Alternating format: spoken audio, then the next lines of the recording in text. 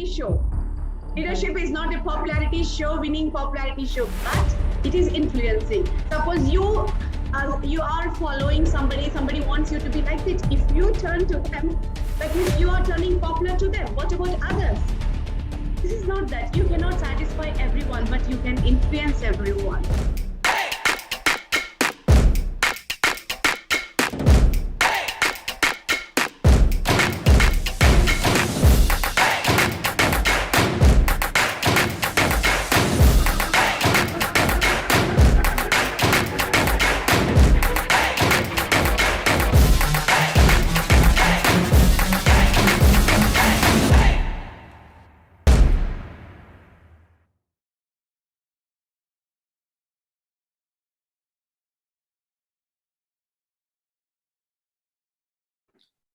Leaders are not superhuman. We have ups and downs. We make a great decision that lead to massive wins, but we also make mistakes. And it's completely normal. Hello and welcome to the Honest Talk by Freak Folks. I'm Harsh Pandey. For this particular session, we have with us very special guest today, Dr. Shama Hussain, ma'am. She currently holds the position of Founder Director and CEO of International Institute of Influencers, Country Director of United Nations Peacekeepers Federation Council, Dean Student Affairs and Alumni, Crown University International Chartered Inc., Chairman, National Institute of Skill Training, MUSCAT, Country Director for Phoenix Book of World Records, GCC Head and Student in Charge for JAIN-deemed to be University, Governing Council Board Member of UNA, International Advisor for SPAA India, Sports Academic Association of India, International Influencers and Ambassador of OXFOREDUSERVE, Brand Ambassador of Wednesday Times, Middle East, Global Edu Leader from Forum Middle East Coordinator, International Brand Ambassador and Educational Advisor for Winners and Creators Organization, Goodwill Ambassador for IDYM Foundation, Academic Professional as a Zoology Lecturer for undergraduate students and HOD Life Sciences, International Professional Member of Education World, and that's a lot. And ladies and gentlemen, let me tell you, her profile has so many things, so many glories, which I won't be able to explain in next few minutes, but I'm pretty sure during this conversation, we are going to learn a lot from her. So first of all, ma'am, I welcome you to in this session. Thank you so much for joining and actually agreeing to share your thoughts with us. Good evening, Harish. Thank you so much for this warm invitation. I'm really honored and humbled to be part of this Freak Folks. And the topic that today we are going to discuss is also very interesting. And it is an eye-opening topic, which each and everybody should understand in this world as leaders, because we are bringing growing, nurturing leaders right now. And there is a great necessity of leaders. So very good topic. All the very best for your organization for doing such amazing events, highlighting the main topics that are really necessary for the world. Thank you, Harish. Thank you, ma'am. That's very kind of you, and actually for your support and love. This is really means a lot for us. And actually, so moving to the topic of today's session, which we have chosen is be the leader your team needs, not the leader they think they want. Leaders are pivotal to any organization culture. That said, leaders should understand that it's not about winning a popularity contest. You will have to make a difficult decision and hold people accountable. Ma'am, I want you to discuss the importance of being the leader your team needs, not the one they think, but they want. I think you are the best person who can discuss this. So it's a kind of a request to you. Thank you so much, Harish. First of all, what I want to tell is leaders. Means when you are leading an organization, you must remember that you are influencing the people. When you are leading an organization, you are influencing the people. You know, I'll just tell you a small example. Sure. When I was in school, the way my teacher stands, you know, when she comes and she talks, she tells, the way she stands, the way she writes on the board, you know, I used to see that. I used to feel that when I become big, I will also write like this. I will also stand like this. Means we are influencing. Because for the students, teachers are the first leaders. Exactly. For the students, teachers are the first leaders because they come and they dominate, they talk. You know, when students get an opportunity to write on the board, they feel like a leader. Any student gets an opportunity to write on the board, they feel like a leader. That means we leaders must remember that you are not just a leader, you are an influencer. Exactly. Leadership starts when you start influencing. When you start influencing, then only leadership starts. And yes, in an organization, as the topic suggests, as today's topic, we are not supposed to be the leaders what everybody in this organization wants, but what they need. As a leader, you are maintaining the culture of an organization, as you said before, is absolutely true. We are maintaining the culture of an organization. When you are maintaining the culture of the organization, you must remember a point that it is not a competition, or it is not a winning the show of who is the best leader. We are not winning the people's best popularity show. Leadership is not a popularity show, winning popularity show, but it is influencing. Suppose you are following somebody wants you to be like it. If you turn to them, that means you are turning popular to them. What about others? This is not that. You cannot satisfy everyone, but you can influence everyone. You must remember that this is not a winning a popularity show. For example, just look at Lagan movie. Lagan movie, I feel it is a very best example for leadership. Yes. According to me, Lagan movie, if you look at that, a leader in an organization, there will be people from different cultures. People will be from different kind of levels. You must develop your own leadership philosophy first. A leader, I'll tell you the example with this Lagan movie right now. I'll tell you that. Before that, I want to tell you this point that everyone should develop their leadership philosophy. Not just you got an opportunity to become a leader of an organization, come and sitting on the seat and just ordering. That is not a leadership. It is a big thesis. You have to learn. It's a big research. Leadership is a research. Leadership is an investigation.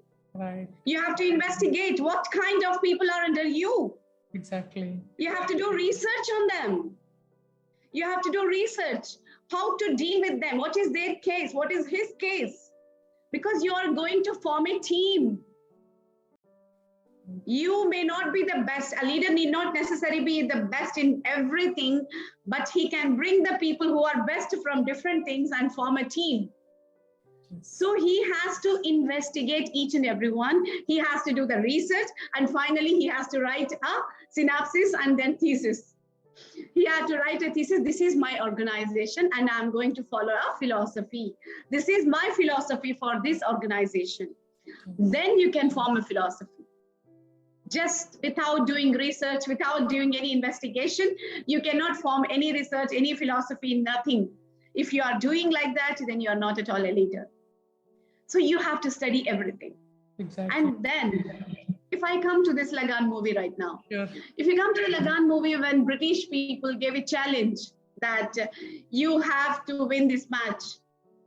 You have to win this match, otherwise you have to pay the tax for the whole year. When they say like that, all the people were like so shocked. There are people who were having confidence. There are some who doesn't have confidence. There are people who have commitment. There are some who doesn't have commitment. He was having a people of various level mixtures in that. Yes. Right. You can see in that movie, there are so many people. And Amir Khan was that person who was the leader there. And he was having a very big zeal that we can do it. He was having that. Right. But people were different. Not trust. They started gambling on him. They started getting angry on him. What you did, this, that. Then he investigated on each and every person. He found the strengths of everyone. Some were best in some were best in one. He formed a team. Yes. If you look at that, finally he took the best of everyone and he formed a team. And he did not do like as I said you earlier, it's not a popularity show that you will be favorite of somebody and not favorite of somebody. He did not do that. Even though people were against in selecting a person who was handicapped in that team, but he tried to make everyone understand his strengths by why he gave this opportunity to him. So this, I know as a leader, you will find lots of struggles, lots of problems you will face. People will not accept you on the earlier itself. But you have, that's the reason I said, you have to form a philosophy. You should have a vision. Leadership without a vision is of no use. You cannot go without a vision. So he formed a philosophy and he worked on all the best of everyone. Different people were having different strengths. He brought up everyone together and he formed a team, and finally he made the match. He made them to win the match. Exactly. There were people who were not committed. He tried best on the people who were not expert, who were not committed. He made them committed. Usually people think that I should work on the people, I should work very close to the people who are very intelligent, who are knowledgeable. No, a leader should work on the poor, on the people who are poorly committed, or poorly don't have any knowledge. He should work on them. He should bring them to the better version. And those who are doing better, he should encourage them. But he should try to be with those people who are weakly committed and weakly no knowledge at all. So then only your organization will grow. You will find those people, right, in every organization who are ready to leave the office very early, who doesn't want to work hard, who will be procrastinating the work. You will find in every office. And as you know, this is contagious. This is contagious. People will see him that he's not working, but he's getting the salary. So why we should work hard? Why we should, and we get the same. So this is the contagious thing. So leaders should work on this type of drawbacks first in the organization. He should work on those people who are not committed, who are not having any commitment towards the organization. He should change them. He should influence them. That's the reason I said leaders should be an influencer. And he can do that with his context. Exactly. That's what I firmly believe, Harish. I think you have actually very beautifully covered this whole topic and actually summed up. And I'm sure the people, those who are watching this session, they must have got the very clear vision. And the example which you have taken, I'm sure people, those who are watching this session, they can very much, they can easily actually relate with it. And they have got the good understanding of how actually it works. There is one more thing, Ashish. I'm sorry. There is one more thing, Harish, that, there is something called as accountability. There is something called as accountability, which is really required for every leader.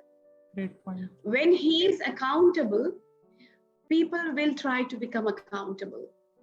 When he is accountable, the respect for the leader will increase. And this is contagious, and this will move on to the other people as well. Like, for example, if you look at Dr. APJ Abdul Kalam's story. If you look at Dr. APJ, he once narrated this. I always remember this story which he has said that when he was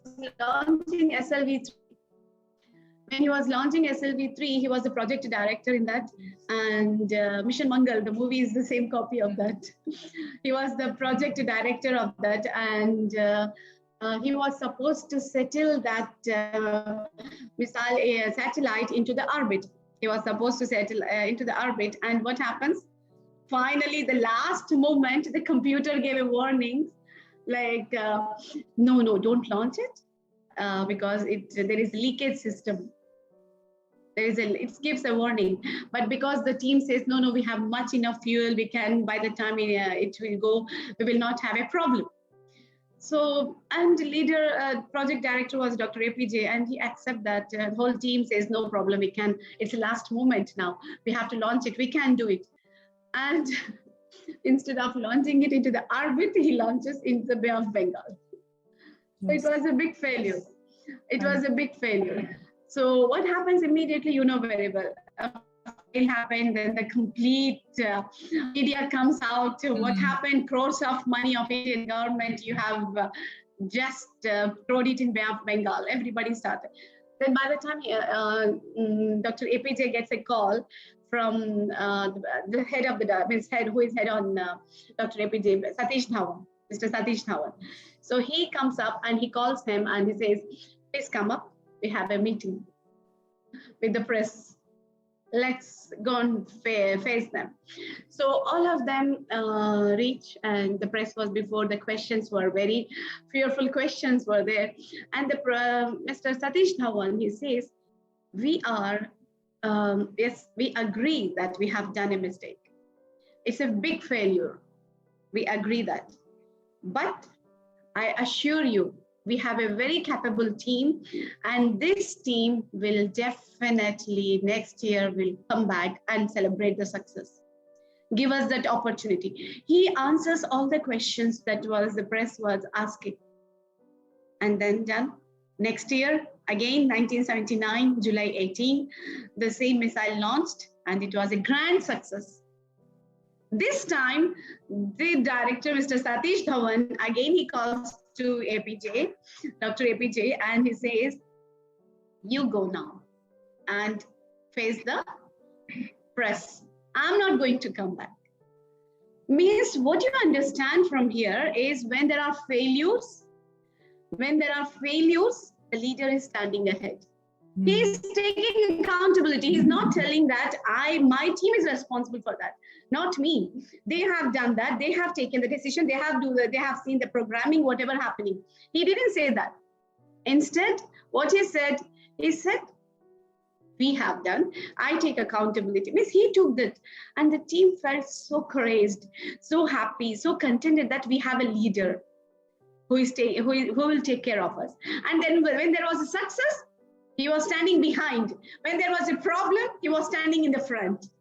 That's the most important. So he's trying, yeah, that's the main thing. So accountability will really help, as you said, the theme of your mission, that what the team needs, what they want. We cannot, a leader is not the person specified to a person.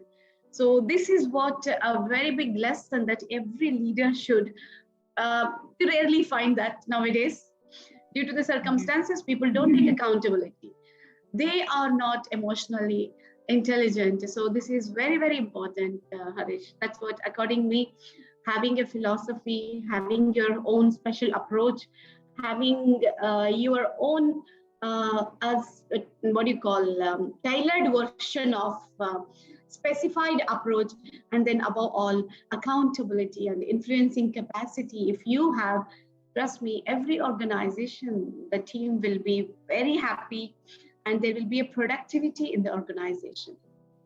Indeed, ma'am. Actually, you have very beautifully defined, and you have given and defined first and given a very beautiful example of how this accountability, what actually in true sense it means.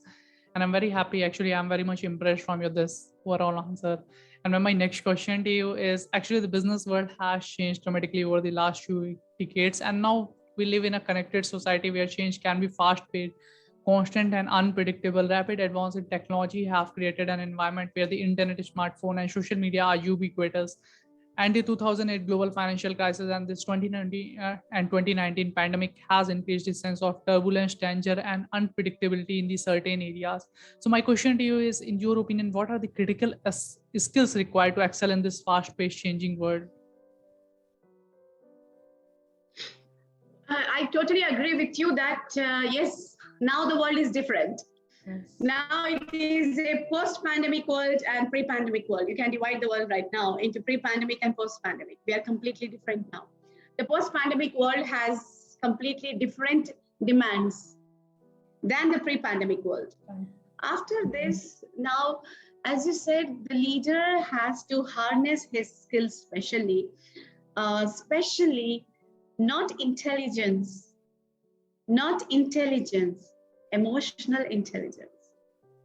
He needs to connect his heart and the brain together in a very emotional, intelligent manner, so that he should know his self-awareness, the skills that I must say that every leader should possess: self-awareness, then self-regulation, social awareness, and social regulation. If he knows where is his drawback, where he is lying, then what will happen? He will regulate it, self-regulate it, and he will not impact this weakness or drawbacks in the society. So he need to have that. First, the basic thing that I'm telling, suppose everyone don't like a leader in an organization. If it continues, one day he will become extinct. And one day he will be extinct. Why people don't like me? What is the reason? What I'm doing indirectly to them, that what is my behavior that is influencing them in a badly way? So he must have that self-awareness, and that he should regulate it. And he should know social awareness. As I said, he should know about his team, and then he should regulate them. In addition to that, he must be very good in 21st century skills. A great leader, critical thinking, creative thinking, communication, collaboration. When he's good at these things, critically thinking, how to think, he can generate these ideas in his team. He can follow up them. As we know, we have so many types of leadership styles.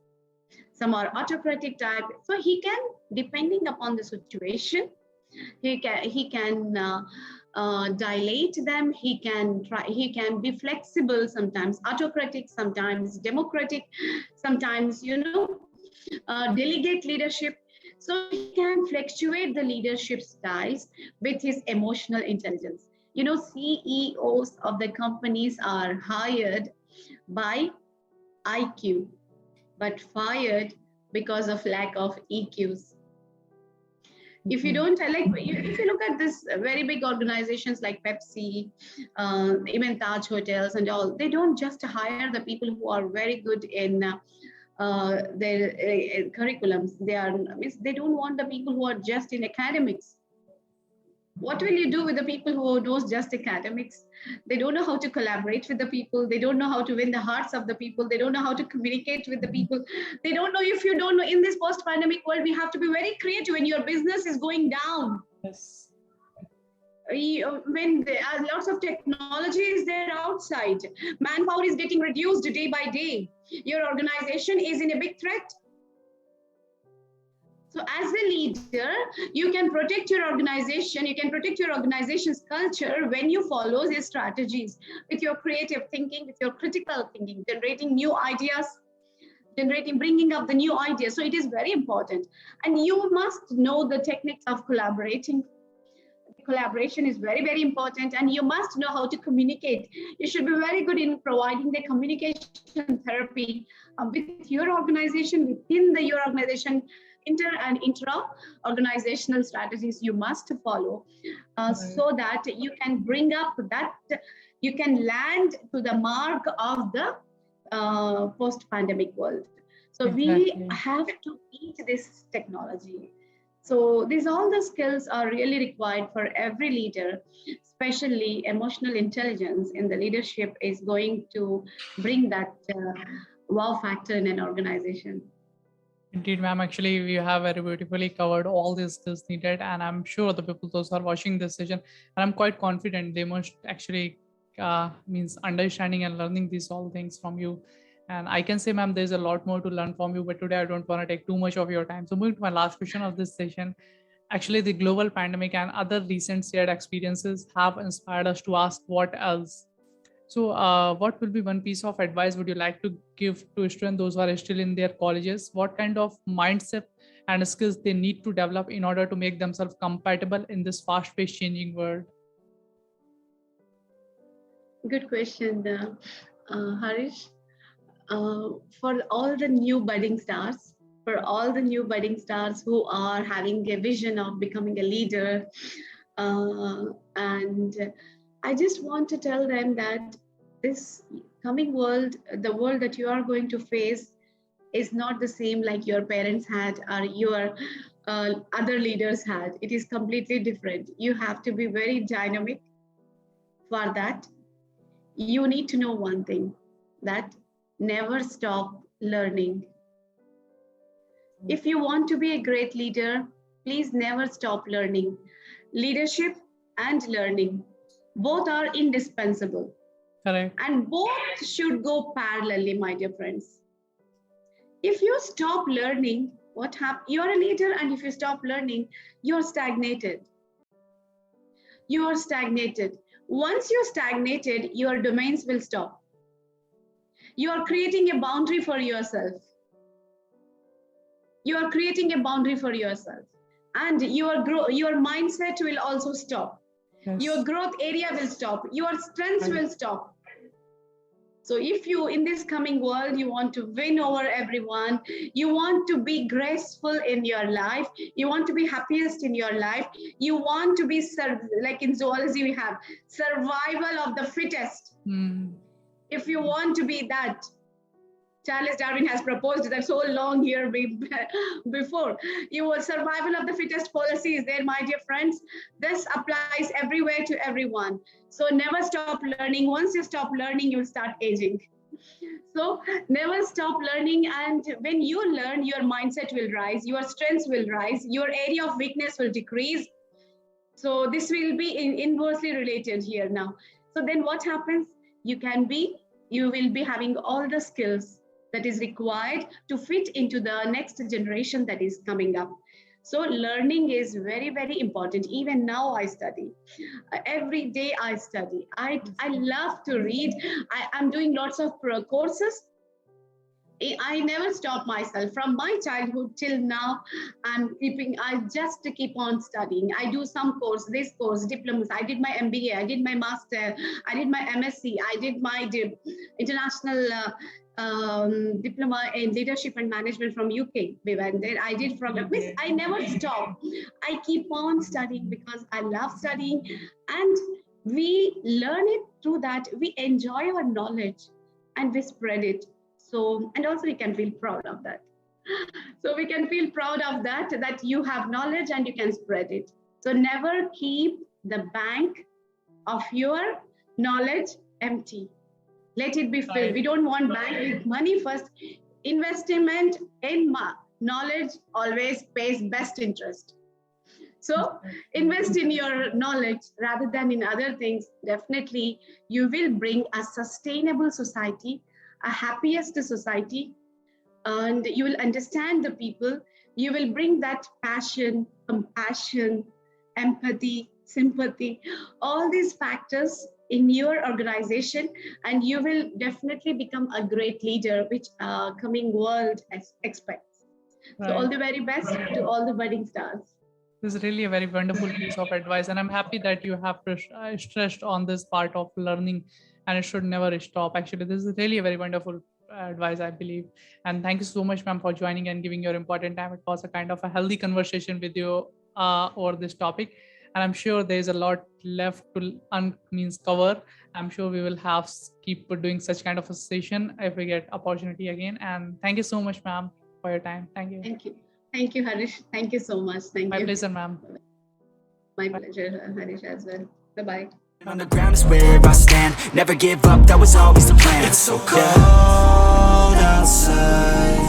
I'm alone, I'm alright. It's so cold outside. I'm alone.